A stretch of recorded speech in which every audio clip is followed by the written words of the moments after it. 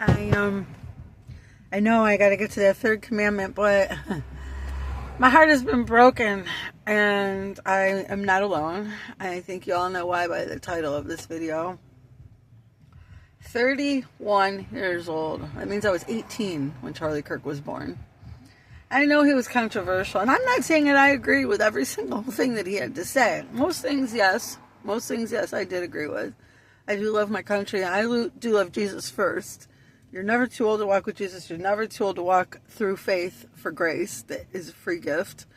If you care about your eternal soul, or you care about doing good when you're in the world, not of the world. But I'm not here to preach about that. I'm here to say I'm a wife. And I got married in February of 2021. He got married in 2021, in May.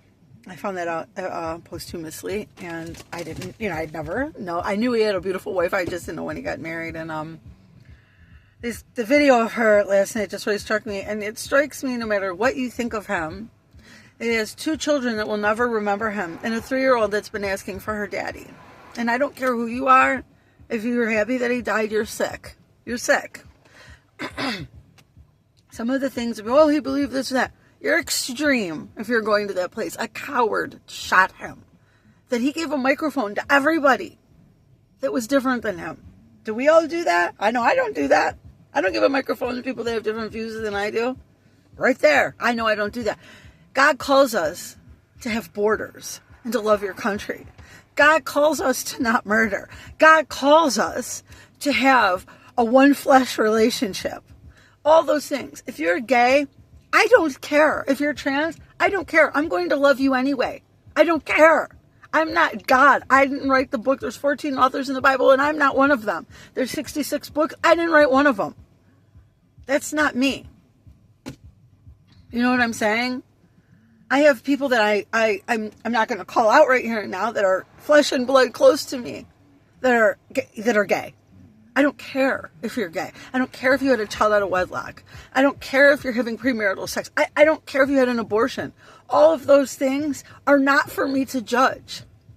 And I don't know whether Charlie Kirk was judging you or not, but I know that he did a lot for the youth of this America. And I'm going to see if there's a turning point chapter in Cleveland. And if there's not, I'm going to start one. I'm going to. It's not hard to do. My husband is right there with me. This is my idea. My husband is a Charlie Kirk enthusiast, probably more than me. I listen to Charlie Kirk pretty regularly because I did believe in a lot of what he had to say. And I used to be very much on the left, and I'm not on the left anymore. Then I thought I was in the middle. I'm definitely more right-leaning. And some people say, that's because of your husband. No, because when I got into a relationship with Ronnie, I was super left and he was super right. We just didn't talk about it. But I cannot, my husband said something that stuck in my head the other day. He said, we're coming with words, they're coming with weapons. And I know you could say this about this or whatever. There have been people coming from the left. Jeffree Star, Coleman, I think Harris. He had an email. He's a left activist. And he had never met Charlie Kirk. He had an email from Charlie Kirk. And the email said that Charlie Kirk had reached out to him and said, you know what? I don't agree with everything I don't agree with all your shit. But good on you. Keep plugging. Keep fighting for what you believe in. He fought the good fight. He was a loving husband and a loving father.